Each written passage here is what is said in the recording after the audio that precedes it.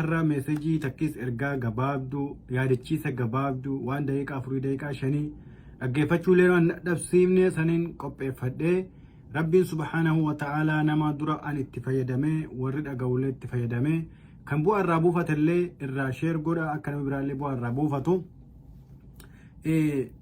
wanni irraa dubbachuuf deemu waa'ee toobaati gara rabbiitti deebi'u. inna ibna aadama makhluuqun daciifun ilmi namaa kun uumaa rabbiin uumamaa waan rabbiin uume laafaadha jechuudha. وقد حف به أعداء كثيرون من شياطين الإنس والجن واني ست مرسيجرو أدوي دينا كان كرا ربي الرأس جلسوا في التمرسنيجرا جني نماتي في شياطين نماتي في شياطين الإنس شياطين جني الرجل يحسنون لهم القبائح المنما كان إنساني بريتشان وان سلاف فكتا وان ربين هرام قد دنو فكتا رجل wanni dalagaan warri aduwwi ilma namaa ta'an takkis diina ilma namaa ta'an kun wanni isaan godhan maal waan silaaf fokkataa rabbiin haraam nurratti godhe kana nuuf bareechan jechuudha. wayuqabbixuuna fi nadarihi alhasan waan gaggaarii immoo nutti fokkataa godhe nutti agarsiisan jechuudha. shayaaxiin al-insi wal jinni kanaaf ilmi namaa kun laafaadha. wama'a haa'ulaa'i al-a'daa'i nafsuhu diinawwan insi fi jinni kan waan intaanitti isa kakaasan kanaa waliin kan wal gargaaru eenyu lubbuun keenya kan nu keessa jirtullee iseenis ammaaratun bissuu hamtuutti nu yaayamte jechuudha. shayaaxiin al-insi wal jinni warra alaa ka keessaa lubbuu keenya hundi kun gara hamtuutti nu yaaman jechuudha.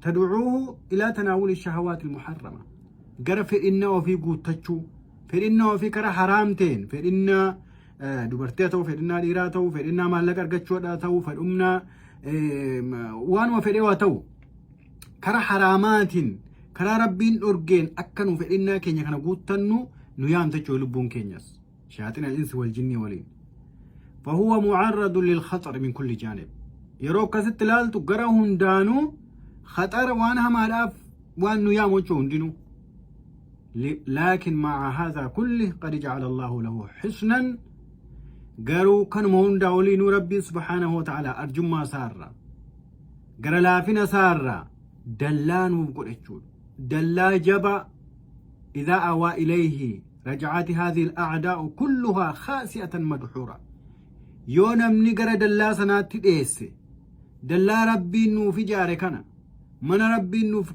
كنا يو المنا ما افتس المنا ما يو دلا كنا كيستي افتس دل gara dallaa kanaatti yoo dheesse wanni aduwwi isaa ta'e shayaaxiin al-insi wal jin ka lubbuu isaa hundi kun khasaaranii of duba deeman jechuudha utuu waa tokko sirraan argatin. وذلكم الحسن دلا ربي نو قد اسمال هو التوبة إلى ربي قرر ربي تديبو توبتشو والاستعانة به ربي قرقار سفتشو أما اللي ذكر ربي هدميسو قال تعالى ربي والتمال جل واعتصموا بالله هو مولاكم فنعم المولى ونعم النصير ربي كيسن كبد أجل ربي كبد الله أكبر هو مولاكم إني فرين صاحبة كيسني إني أنا كيسني نعم فنعم المولى ربي أنا نمافتون صاحبنا نمافتون واتولي ونعم النصير ربي كسيف درمة كسيف تمسطون yoo ati rabbii kee qabatte yoo ati amrii rabbii keetii qabatte diinawwan takki aduwwoon warri karaa rabbii irraa si jallisuudhaaf karaa hundaanuu marxifatee sitti yaa hundinuu sin danda'an jechuudha.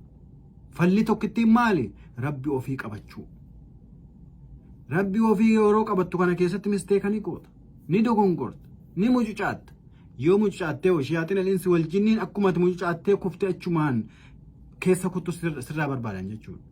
garuu rabbiin maal nuu godhe karaa ittiin gara rabbiitti deebinee hariiroo nuuf isa gidduu jiru tolfannu rabbiin nuuf kaa'e jechuudha. kana jechuun rabbi ofii qabachuun so lubbuu dhukkubsattee diliidhaan gurraachomtee zikrii rabbii jibbitee qur'aana rabbii qara'uu dadhabdee kadhaa rabbii dadhabdee kana maaliin dawaan isaa maaligaa toobaa jechuun gara rabbiitti deebi'u at-tawbatu ila Allah الرجوع إلى الله toobaan kun maali ni beektaa? Toobaan kun hamilee.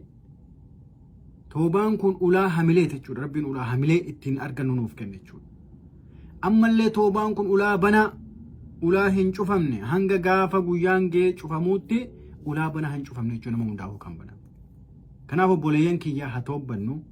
Viidiyoo irraa gabaabduu kana akka toobaan barbaachisaa ta'e irraa lubbuu kiyyaallee yaadachiisee illee yaadachiisuudha.